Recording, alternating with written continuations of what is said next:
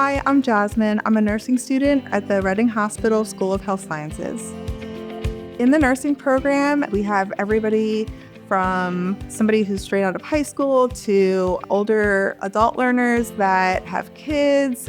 I myself have a child, so as an adult learner, I really kind of needed to shake off the dust and kind of learn how to build my confidence in the classroom again. We get to actually work with live patients when we're in the hospital and get to experience what it's going to be like to be a real nurse.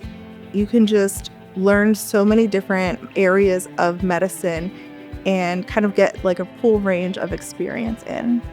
If you're looking for a career in nursing, the Reading Hospital School of Health Sciences is for you.